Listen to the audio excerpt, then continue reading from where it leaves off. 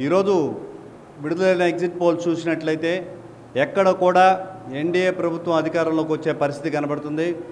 Janasena, Telugu Desam, BJP ప్రభుత్వాలు అధికారంలోకి రావడం ఖాయమంటూ దాదాపుగా అన్ని సర్వేలు వెల్లడి చేసిన పరిస్థితి. 100 మంది కౌరవులు ఆ రోజు ద్రౌపదిని అపహాస్యం చేస్తే ఈరోజు 151 దాటామన్న అహంకారంతో ప్రజాస్వామ్యాన్ని హేళన చేస్తూ అవమానపరుస్తూ మన వైసీపీ నాయకులు ఎవరైతే ప్రవర్తించారో వాళ్ళ తీరుకి ఖచ్చితంగా ఈరోజు ఓటర్లు ఎవరైతే ఉన్నారో వాళ్ళందరూ కూడా బుద్ధి చెప్పిన పరిస్థితి ఉంది. 151 తర్వాత సంగతి 50 సీట్లకు కూడా పరిమితం కాని విధంగా ఈరోజు వైసీపీ పరిస్థితి ఉంది. ఇంత నిరాదరణకు గురైన వైసీపీ ప్రభుత్వం రాబోయే రోజుల్లో కనపడకుండా పోయే పరిస్థితి కూడా ఉంది.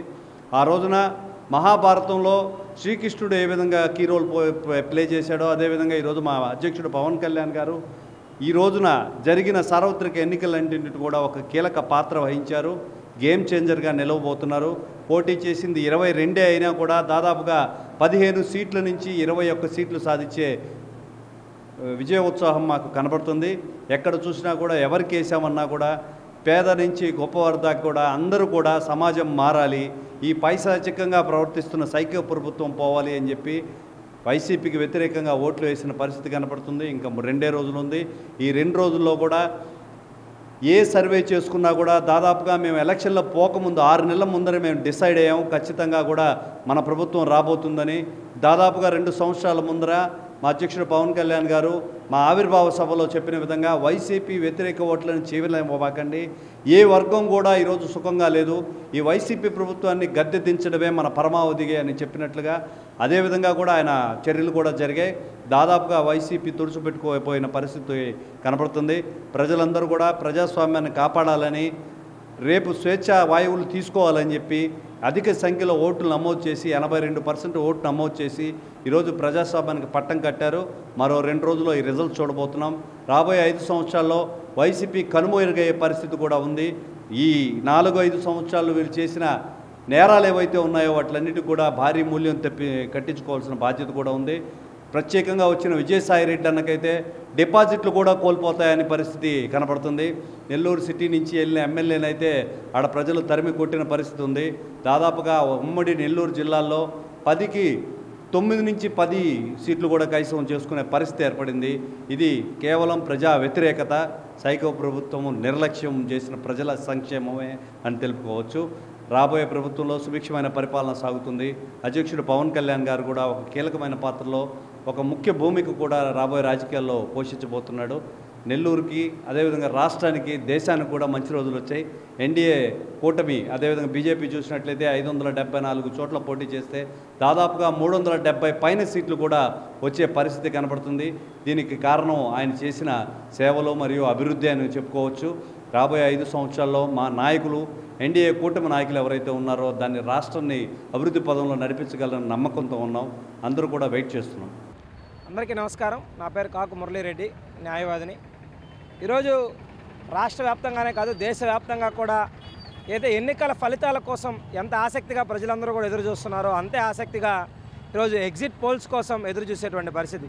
ఎన్నికలకు ముందు ఇచ్చేటువంటి సర్వేల పైన కన్నా కూడా పోలింగ్ అయిన తర్వాత ఇచ్చేటువంటి ఎగ్జిట్ పోల్స్ ఎగ్జాక్ట్ పోల్స్ అయి ఉంటాయన్నటువంటి ఒక భావనతో ప్రజలందరూ కూడా ఆసక్తిగా చూడడం పరిపాటిగా మారినటువంటి విషయం మనందరూ తెలిసింది. అయితే ఈరోజు సాయంత్రం నుంచి వచ్చినటువంటి ఎగ్జిట్ పోల్స్లో చూస్తే భారతదేశంలో కేంద్రంలో సుస్పష్టంగా ఎన్డీఏ కూటమి అధికారంలోకి రాబోతోందని ఎగ్జిట్ పోల్స్ అన్నీ కూడా ఏకపదంగా ఏకఘంటాపదంగా తేల్చి చెప్పడం జరిగింది.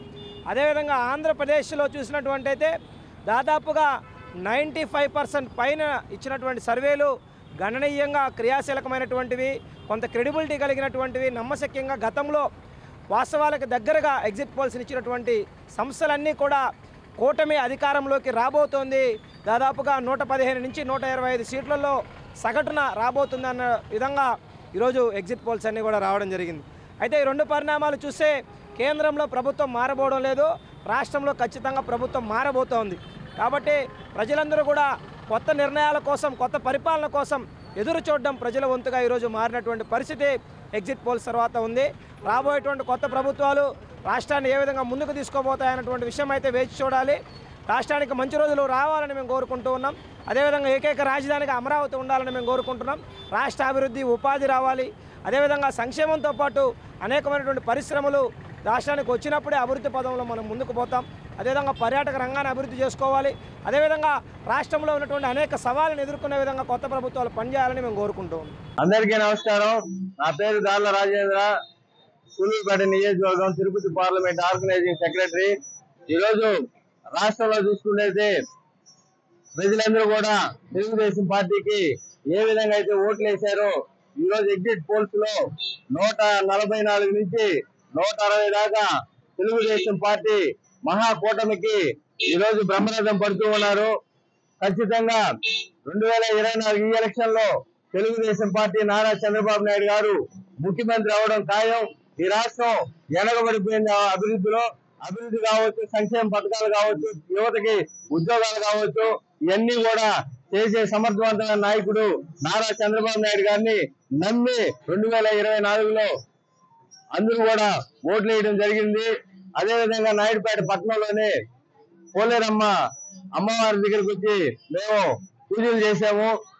మా తెలుగుదేశం పార్టీ కూటమి గెలవాలని కరెక్ట్ గా ఒక హాఫ్ అన్ అవర్ లోనే మాకు ఎగ్జిట్ పోల్స్ లో 140 నుంచి 160 దాకా చెప్పడము, అమ్మవారి ఆశీస్సులు ఈ సూలూరుపేట నియోజకవర్గ అభ్యర్థి నెలవల విజయశ్రీ గారికి, అదేవిధంగా నారా చంద్రబాబు నాయుడు గారికి అందరికి ఉంది. రేపు రాబోయేది మహాకూటమి. ఖచ్చితంగా ఈ రాష్ట్రాన్ని అభివృద్ధి చేసే బాధ్యత మా నారా చంద్రబాబు నాయుడు గారు తీసుకుంటారని చెప్పి తెలియజేస్తూ ఉన్నాను. నల్లల కృష్ణారెడ్డి, నాయుడుపేట తెలుగుదేశం పార్టీ అధ్యక్షుడిని. ఈరోజు 19 సర్వేల్లో వచ్చిన ఎగ్జిట్ పోల్స్ లో తెలుగుదేశం పార్టీ ఘన విజయం సాధించబోతోంది అని తెలుస్తూ ఉంటే మేము ఆల్రెడీ ఇప్పుడు ఎలక్షన్ అయిపోయిన రోజే సంబరాలు స్టార్ట్ చేసుకున్నాం. ఎందుకంటే తెలుగుదేశం పార్టీ అధికారంలో రాబోతుందనే సంకేతం ప్రజలు ఇచ్చేశారు. ఆ రోజు 80% పైన వచ్చి పోలింగ్ జరిగిన రోజే ప్రజలు మా వెనుకున్నారు అనే ధైర్యం మాకు వచ్చేసింది. ఖచ్చితంగా 140 సీట్ల పైన తెలుగుదేశం పార్టీ కూటమి గెలుచుకోబోతుంది. కాకపోతే తెలుగుదేశం పార్టీ కార్యకర్తలందరూ సమానంగా ఉండాల్సిన సమయం ఇది. రెచ్చగొడతారు, వాళ్ళు ఓడిపోతున్నారు, ఓటమి తట్టుకోలేరు, ఖచ్చితంగా రెచ్చగొడతారు. దీన్ని దృష్టిలో పెట్టుకొని మా కార్యకర్తలందరూ సంయమనం పాటించండి. దుర్మార్గుడి పాలన 2019 నుంచి 24 దాకా జరిగిన దుర్మార్గుడి పాలన అంతమైపోతా ఉంది. 4వ తేదీ బ్యాలెట్ బాక్స్ ఓపెన్ అవుతున్నాయి. తెలుగుదేశం పార్టీ సైకిల్ గుర్తు పరిగిస్తూ ఉంది. అది ఏ స్పీడ్లో పరిగిస్తుందంటే 140 నుంచి 150 స్పీడ్లో పరిగిస్తూ ఉంది. దీంట్లో తిరగలేదు. తెలుగుదేశం పార్టీకి ఆదరించిన, అభిమానించిన ఆంధ్రప్రదేశ్ రాష్ట్ర ప్రజలకి, సూలూరుపేట నియోజకవర్గ తెలుగుదేశం పార్టీ కార్యకర్తలకి, అభిమానులకి మరియు ప్రజలకి ప్రత్యేక ధన్యవాదాలు తెలియజేసుకుంటున్నాను. For more videos like this, subscribe Big TV channel.